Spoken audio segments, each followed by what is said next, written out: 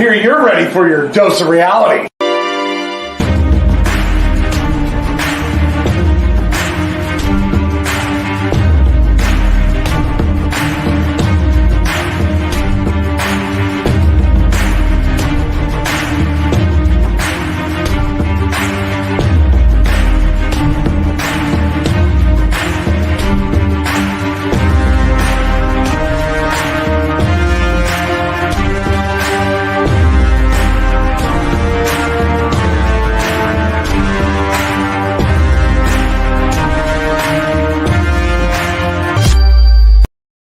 Hello, everyone. Welcome to a special episode of the Dr. Quack podcast. I'm Dr. Quack, and today I've got a treat for you. I'm actually going to do something here that I've been wanting to do for weeks now. I've been thinking about this. I'm actually going to do the top 10 movies that you should go out and check out. These are movies from the past and, that I've seen, and I wanted to give them their recognition because I feel like some people may not have seen these movies. And there's a variety of movies on here. I actually got movies that go all the way back to the 60s to, I think my latest one is 2007. So there's a lot of movies in that genre. There's actually a lot of different genres there, to be exact. I mean, you'll see when I do this. But I wanted to give these movies some recognition because I felt like, not everybody's seen them. And I feel like they should go check them out. So, without further ado, number 10. Number 10 is definitely one of those movies that a lot of people I think have seen, but I don't think everybody has seen, especially the younger generation. This is what the ones I'm speaking to, a lot of these movies. This came out in 1993. This was The Sandlot. A lot of baseball movies out there, coming out and have came out in the 90s that were really awesome. Rookie of the Year was a good one I liked. The Rookie itself, that was a great movie. This movie here, The Sandlot, though. Benny the Jet Rodriguez here. And you had a dog named Hercules that lived to be like 117 years old in real life. I think it was like 18 years. But the story goes about this kid that moves to a new town. And this is a kid's movie. This kid, he moves to a new town. He doesn't know anybody, and he basically stays by himself. And he eventually meets up with these friends of his that form a baseball team.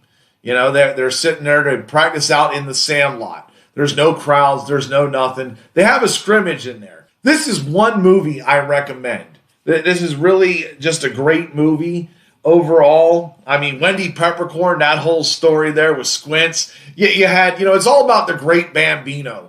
Yeah, who's that? The Great Bambino. That's right. Babe Ruth here. Really a great movie in general. Check it out if you haven't. And now we're going to move on to number 9.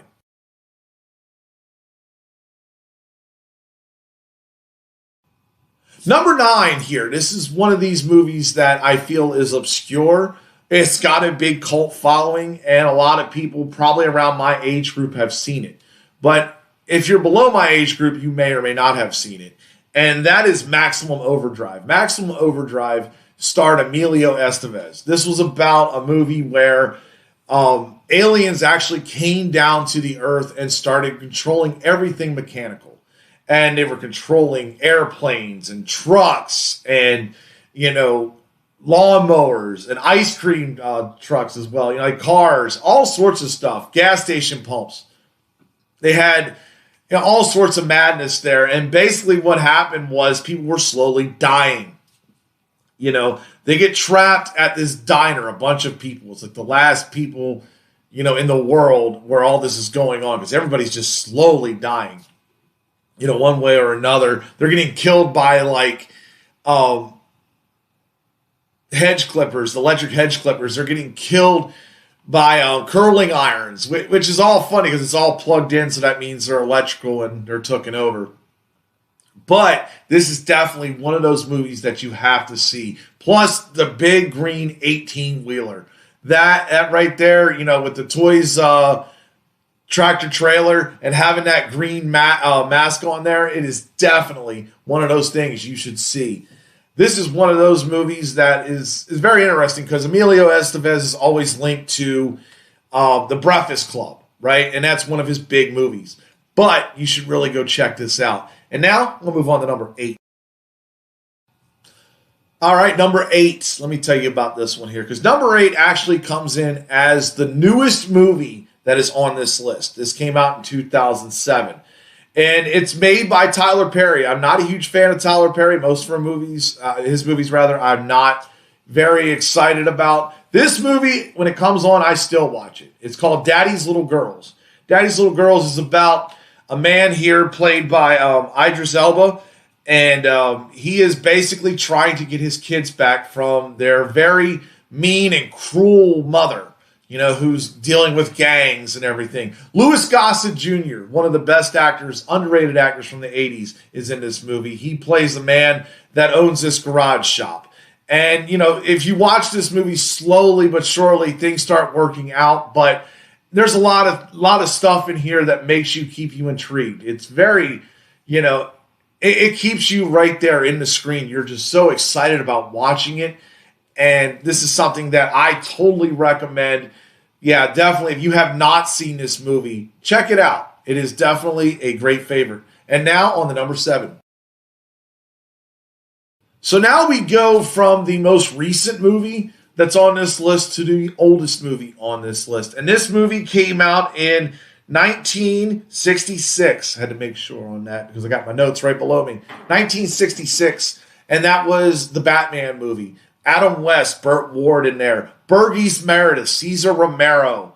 So many great characters in this movie. It was basically based off the Batman cartoon, not cartoon, but the TV series back in the days that used to come on in the 60s. And this one, of course, now had the Batman, the Riddler, Catwoman, and the Joker all teaming up together to take over Gotham City. It was one of the best movies you could ever watch. They were going to de-animize the United Nations. They had a machine that would make them turn into dust, and they could de-animize them and then hold them hostage. Definitely a funny movie. It's very goofy stuff. What does the guy have to do to get rid of a bomb? That certain lines in this movie, plus the shark. If you go watch the shark and how fake that really looked, and of course they had the bat shark repellents. Yeah, one of the best scenes in that movie. It really cracked me up. A lot of things going on in that movie. That is something that if you're a huge Batman fan and have not watched, that is something you need to do. I mean, a lot of people like to give Michael Keaton its due and his Batman and saying that's the best Batman. And I agree. It's definitely amongst it. But this is one you have to see before you really go and say that for sure. It's just something that you got to do. And now on to number 6. All right, and number 6 now. Number 6 is one of those ones, it's a great Western movie. And I feel like it gets its respect, but it doesn't because of movies like Tombstone and other movies like that. This movie here is Unforgiven. This had 3 of the greatest actors of all time in one movie. I mean, you had Gene Hackman. So many movies that can go on with him. Clint Eastwood and Morgan Freeman. I mean, the 3 greatest actors in one movie. I mean, this was a great old school Western. If you like gunfights, this is definitely one to watch. It's a highly recommended one. I believe it had an 86% on Rotten Tomatoes when I looked at it there. I mean, it's definitely a phenomenal movie. It's about Clint Eastwood, who plays this character that's basically done being an outlaw. He was an outlaw. He was raising kids, because his wife was widowed. So he was being a single dad. and Morgan Freeman came up to him and talked to him about making some major money. And they went into town where Gene Hackman ran the town, of course. Gene Hackman played a couple roles, like Quick and the Dead, like where he ran town. So this was nothing new. Gene Hackman knew how to play the villain. He was one of the greatest villain guys to play in any movie. I mean, he did that. He did Superman as Lex Luthor. You know, so many things out there. He also knew how to play the good guy. He was one of my favorite actors of all time. This is definitely a must-see if you have not watched it. Number 5 coming at you.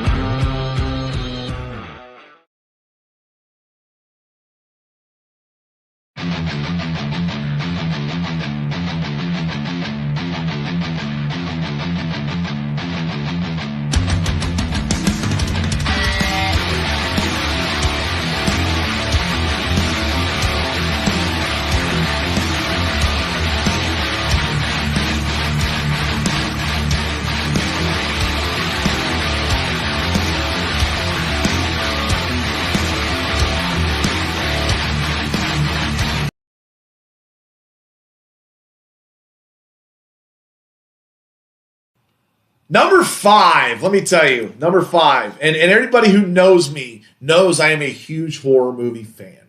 And I will tell you that is probably my favorite genre to watch. And this is definitely one of those movies that if you're going to watch horror movies and start out on it, this is one of them. And this is Sleepaway Camp.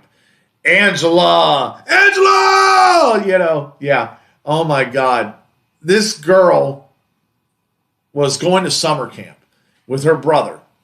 And if you watch it, Angela was the main character, and she was very quiet throughout this movie. And, you know, of course, all the girls picked on her. And the boys, you know, they did all sorts of goofiness there. You know, a lot of, you know, boy piles there. They were piling up each other, fighting and wrestling, you know, like boys do. You know, that's what they do. But, yeah, it was a really great movie there. One of the actors here, Jonathan Tristan, he played Ricky. And I watched this documentary. You know, he was the only one that really had a problem with this movie filming it. I mean, there were some scenes in there where he did 50 takes, like when they were pushing him against the crates there full of food in the one scene. You know, I mean, excellent kills in this movie. If you love violence, if you love gore, it's got it there. And if you love the fact that you want to see a real twist ending, I'm not going to give that away for you. Watch it, because this is one of those movies. And now to number 4. Number 4 is one of the best movies I've ever seen as far as action goes. It is one of my favorites. I definitely enjoy it. I'm talking about The Gladiator. The Gladiator was one of the best movies. Russell Crowe, Joaquin Phoenix, both of those guys really did a great job in this movie. It was the man, the general who became a slave, the slave who became the gladiator. I mean, it is totally a cult classic. A lot of people love this movie. It's got high ratings. And I'm going to tell you, if you're a person who, you know, is in their 20s, you may not have seen this movie. You may not have. This is something I totally recommend.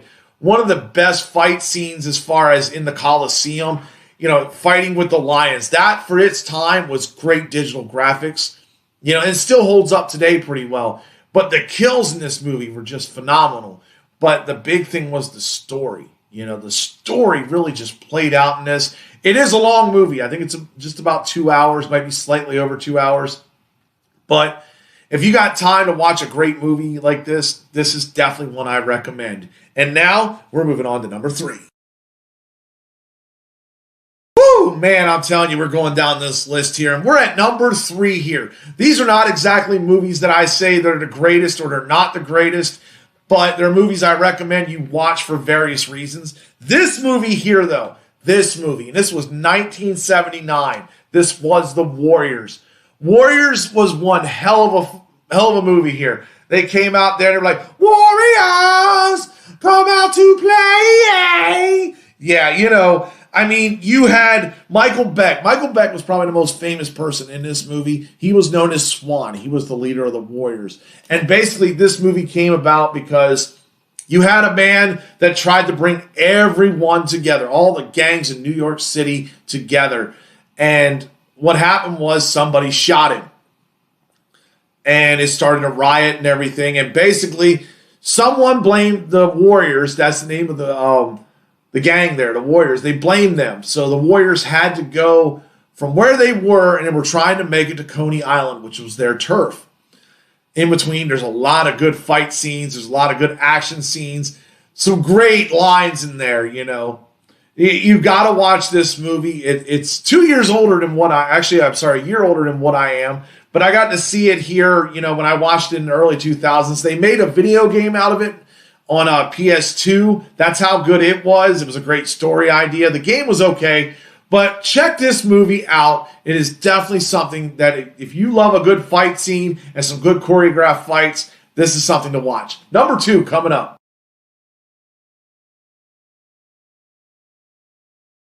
All right, now at number 2 here. Number 2 is one of my personal favorites. It's a cult classic.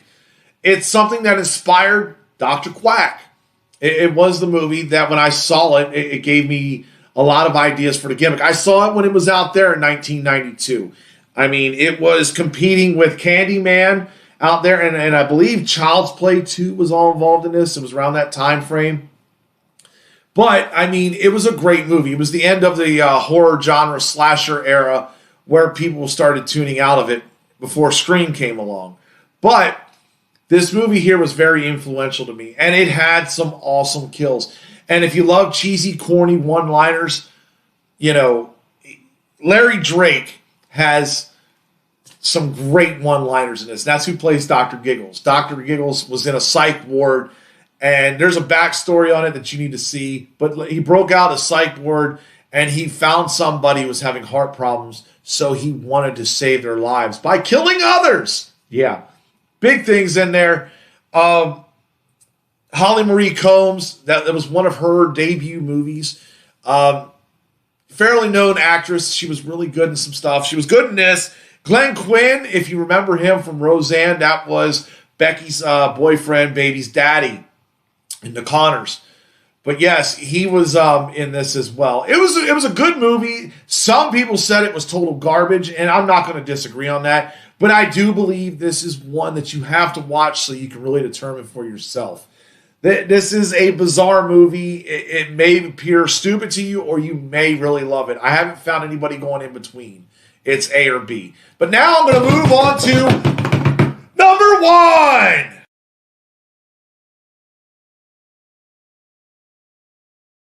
And number 1 here is a somewhat known movie, okay?